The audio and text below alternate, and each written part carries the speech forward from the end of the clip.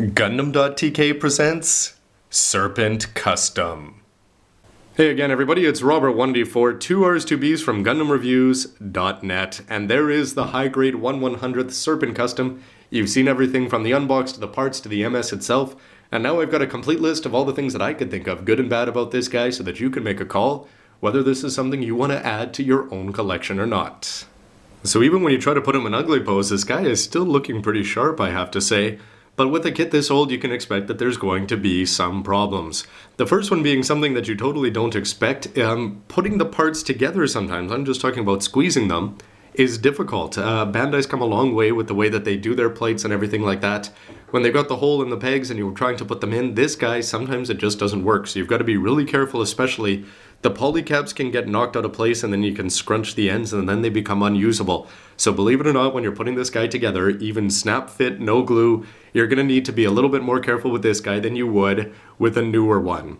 Now as you go around the back, you can probably see that there are some cut marks visible all around the body. Bandai's come a long way in getting those hidden, but with this guy right down the middle of the feet, if you can see that down there, you've basically got these ugly seam marks, and unless you go and cover those up with a real touch marker or something like that, they are going to be visible. Most of them are hidden in the back, but there are still some noticeable ones on the front, like down on the front of the forearms, that you're just getting used to not seeing.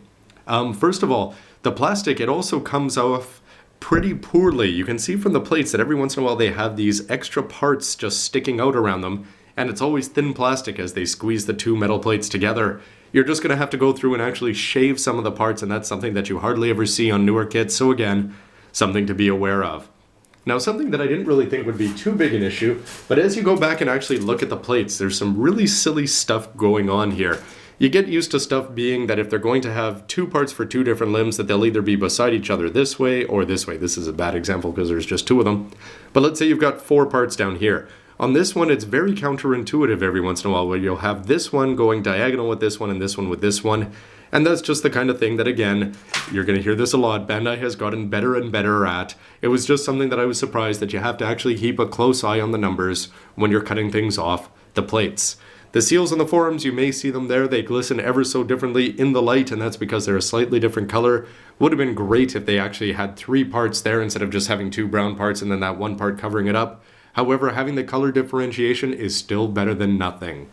Now the shoulder mount, the way that it's actually going to go onto the shoulder moves all over the place here, and usually that's a good thing, but you do have to be careful because the body part of the shoulder can move, as can the part actually on there, and then because it's just attached onto a single ball polycap up there, the shoulders can fall off and they do seem flimsy a little bit.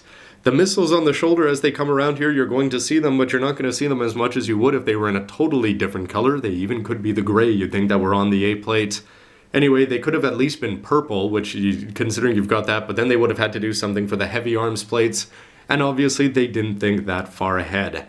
Also, when you're putting this guy together, hollow legs, hollow body, pretty much everything. You notice it most of the legs. These are just two huge parts just slapped together. There's absolutely nothing to them, and the fact that they can only do an 80-degree bend, and the biggest complaint about them, you can't pose them. You can move them ever so slightly, but they're going to be weak and they're not going to stay in place. If you try to do anything more, then move them about that far apart. So don't expect anything dynamic unless you're using the weapons on the upper body, which you pretty much should be anyway.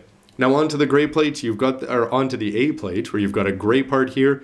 There could have been so many other color apps if they had just utilized this. It's sad that they're only going to use it for the grips, for the double Gatling guns. Somewhat disappointing, but the biggest complaint just has to be that this guy feels weak and generally like a rag doll. Those legs aren't going to sit on there very well. When you've got them posed, they'll stay in place, but if you expect him to feel like a master grade with anything, any sort of semblance of an inner frame or a complex structure that's holding him together, this guy's just got nothing.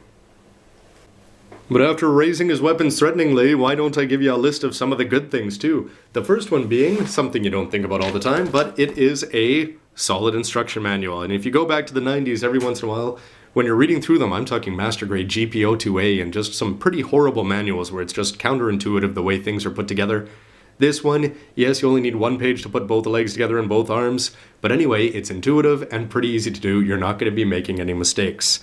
Now early on, you probably heard me complain at length about the colors for the body. They look very different from what you're seeing on the parcel, But when you see it here, what do you think? I gotta say that I'm actually pretty happy with it.